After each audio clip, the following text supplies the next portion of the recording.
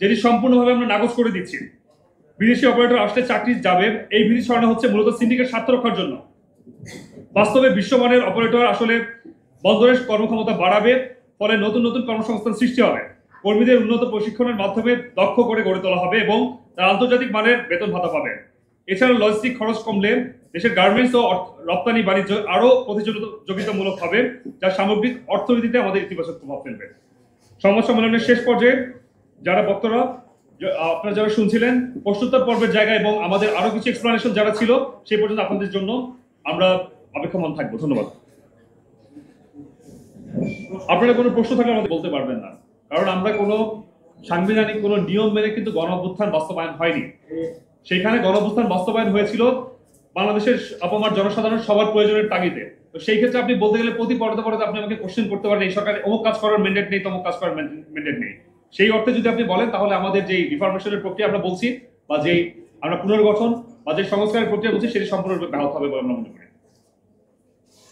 রাজনৈতিক দলের নেতাদের সাথে আলাপ আলোচনা ছাড়া ব্যবসায়িক দলের সাথে আলাপ আলোচনা যে চুক্তি করা হবে সেই আপনারা বলছেন যে এই দেশের জন্য ভালো হবে বা আপনারা কি আসলে এখানে কারো এজেন্ডা বাস্তবায়ন করতে আসছেন? প্রথম বিষয় হচ্ছে আপনি বলছেন এটি গোপন চুক্তি, আমি এটি গোপন চুক্তি হিসেবে দেখছি না।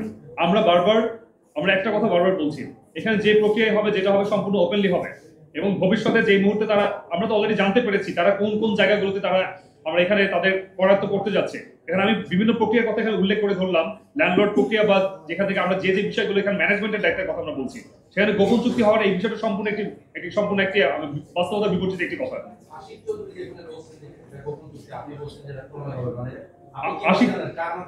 এখন পর্যন্ত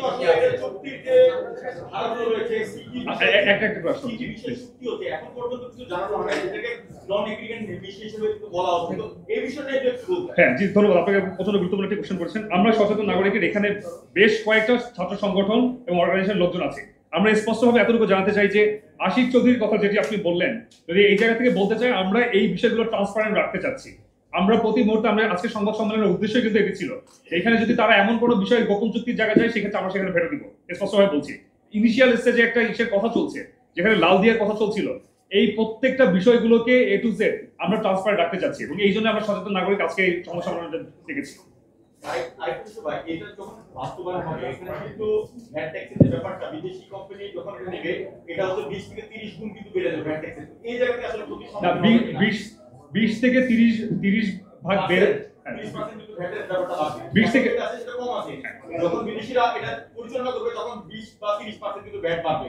তো সেই জায়গাতে আসলে কতটুকু আমাদের বাংলাদেশি নাগরিক 20 থেকে 30 ভাগ ভ্যাট দিয়ে আপনি যে বিষয়টি উল্লেখ করছেন, এখানে একটা মাল খালাস করতে গেলে যে ধরনের ঘুষ বা যে পরিমাণ সিন্ডিকেট আপনার অর্থ বিয়োগ করতে হয় সেটি আপনি দিতে গেলে এর থেকে আপনি কয়েক গুণ বেশি আপনি দিতে হয়। তার একটি সবথেকে বড় প্রমাণ আমাদের এখানে যখন ট্রান্সপারেন্সি ইন্টারন্যাশনাল থেকে যখন রিপোর্টগুলো আসে বা আপনি যদি বলেন দুদকে যখন কোনো বিষয় আটকায় সেটিকে উপর মহলে যোগসাহসের মাধ্যমে কিন্তু এই বিষয়গুলো সুরাহা করা হয় এবং মোটা অর্থের বিনিময় জিনিসগুলো কিন্তু করা হচ্ছে। সেটিকে যদি আপনি একটি সিস্টেমেটিক পর্যায়ে সাময়িক সময় আপনি হয়তো 20 থেকে 30 ভাগ, কিন্তু আপনি দেখতে পাচ্ছেন না প্রোগ্রেসিভ ভাবে কিন্তু আপনি দেখতে পাচ্ছেন না এই জায়গা থেকে যখন আমরা প্রশিক্ষণগুলো গ্রহণ করবো তখন কিন্তু পুরো বিষয়টা আমাদের হাতে চলে আসবে এবং সেখানে আমরা দক্ষ যেই কর্মচারীর কথা আমরা বলছি আমাদের অফিসাররা যারা থাকবেন তারা যখন দক্ষ হয়ে আসবে তখন কিন্তু এই 20 থেকে 30% ভ্যাট গুলো আমরা সেইভাবে কিন্তু কাউন্ট আমাদের করতে হবে না। সাময়িক সময়ের জন্য আমাদের হয়তো কিছুটা ব্যাকট্র্যাকিং যেতে হচ্ছে যেটা আপনি বলছেন আপনার অর্থ অনুযায়ী, কিন্তু আমরা যদি নিয়ার ফিউচারের কথা চিন্তা করি বা সাময়িক আমরা যদি ভবিষ্যতের কথা যদি অদূর ভবিষ্যৎ